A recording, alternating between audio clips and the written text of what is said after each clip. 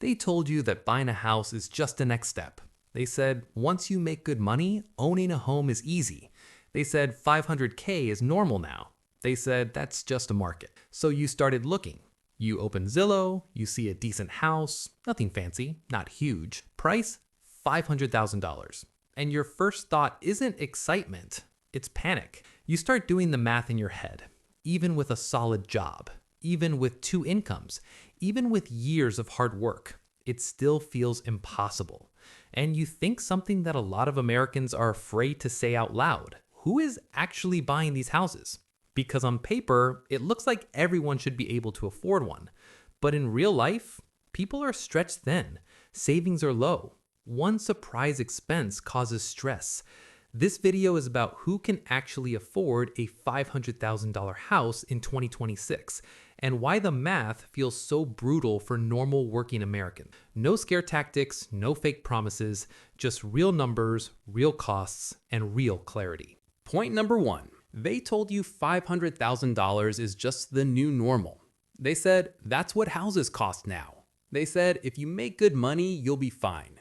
They said stop overthinking it. So you try to be calm, but then you sit down and actually run the numbers. And that's when reality hits. A 500K house doesn't mean a 500K problem. It means a monthly problem, every single month. Let's keep this simple. Most buyers don't put 20% down anymore. A lot of people put down 5 to 10%.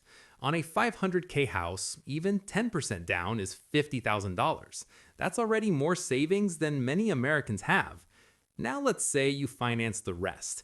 Your mortgage payment depends on interest rates, but even at a normal rate, the payment is not small. Then you add the stuff people forget: property taxes, home insurance, maintenance, repairs, HOA sometimes.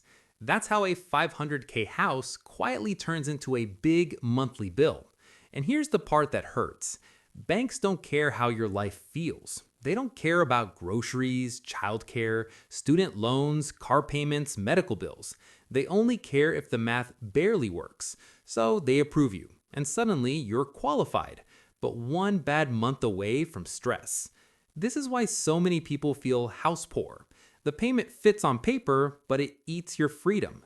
You stop saving, you stop investing, you stop breathing. A 500K house doesn't just ask, can you afford the payment? It asks, can you afford everything else after the payment is paid? And for a lot of Americans, the honest answer is no.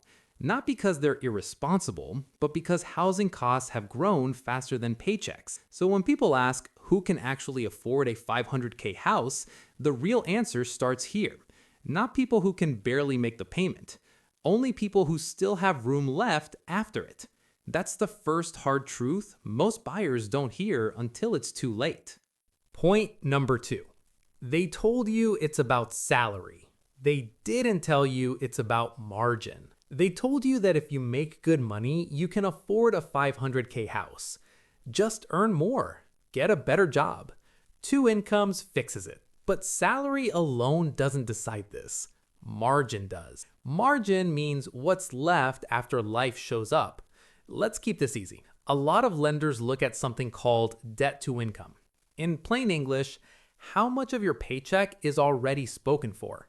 That includes student loans, car payments, credit cards, childcare, minimum debts. If those are high, your house budget shrinks fast. So two families can make the same income and have totally different outcomes. Family A makes $160K but has two car payments, student loans, daycare. Family B makes $140K but has no car payment, low debt, no daycare. Family B is usually in a better spot to handle a 500K house. That surprises people because they think affordability is about the big number on the paycheck. It's not. It's about how much of that paycheck you still control. Here's another thing nobody says out loud. A 500K house assumes stability, stable job, stable health, stable expenses. But life isn't stable. Kids get more expensive. Insurance goes up. Property taxes rise. Homes need repairs. If your budget has no room, every surprise feels like a crisis. That's why people who can technically afford a 500K house still feel anxious all the time. They're approved, but they're stretched. So who actually affords it? Usually people who have low monthly debt, have savings after closing, can still invest after buying, don't need every dollar just to survive. Not flashy, not lucky, just balanced. That's the brutal part of the math. A 500K house doesn't care how hard you worked. It only cares if your life still works after you buy it. And if it doesn't, the stress shows up fast. Point number 3. They told you buying the house is the win. They didn't tell you what it costs long term. They told you that once you buy the house, you've made it. Keys in hand. Rent gone. Congrats, homeowner. But owning a 500K house isn't a one-time decision. It's a long-term commitment that follows you for decades.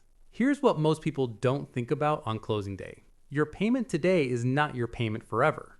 Property taxes usually go up. Insurance almost always goes up. Maintenance never goes away. Roofs wear out. HVAC systems fail. Plumbing breaks at the worst time. A safe rule of thumb is that homes cost 1 to 2% of their value per year just to maintain. On a 500K house, that's $5,000 to $10,000 every year. That's not optional. That's reality. Now layer in life. Maybe one income slows down. Maybe you want kids. Maybe you want to change careers. Maybe burnout hits. A 500K house doesn't care. The payment is due either way. This is why some people with good jobs still feel trapped by their home. They didn't buy too much house for today, they bought too much house for their future flexibility. And here's the hardest truth. The people who truly afford a 500K house aren't the ones stretching to buy it. They're the ones who could handle a repair without panic, keep saving and investing after buying, survive on one income if needed. They don't just get approved, they stay comfortable years later. So when you ask, who can actually afford a 500K house in 2026? The honest answer is, not most people who want one. Only people with margin, flexibility, and patience. That's not a failure. That's just math. Buying less house doesn't mean you're behind. It often means you're protecting your future. Because the real win isn't owning a house that looks good, the real win is owning a life that still works when things change. And things always change. Buying a house isn't about winning a race. It's about making sure your life still works after the purchase. A 500K house isn't bad. Stretching your life to afford one is. If this video did one thing, I hope it helped you see the math clearly. Not to scare you, but to help you make a smarter decision. Drop a comment and tell me, would you rather own less house or have more breathing room? And if you want more honest breakdowns like this, hit like and subscribe.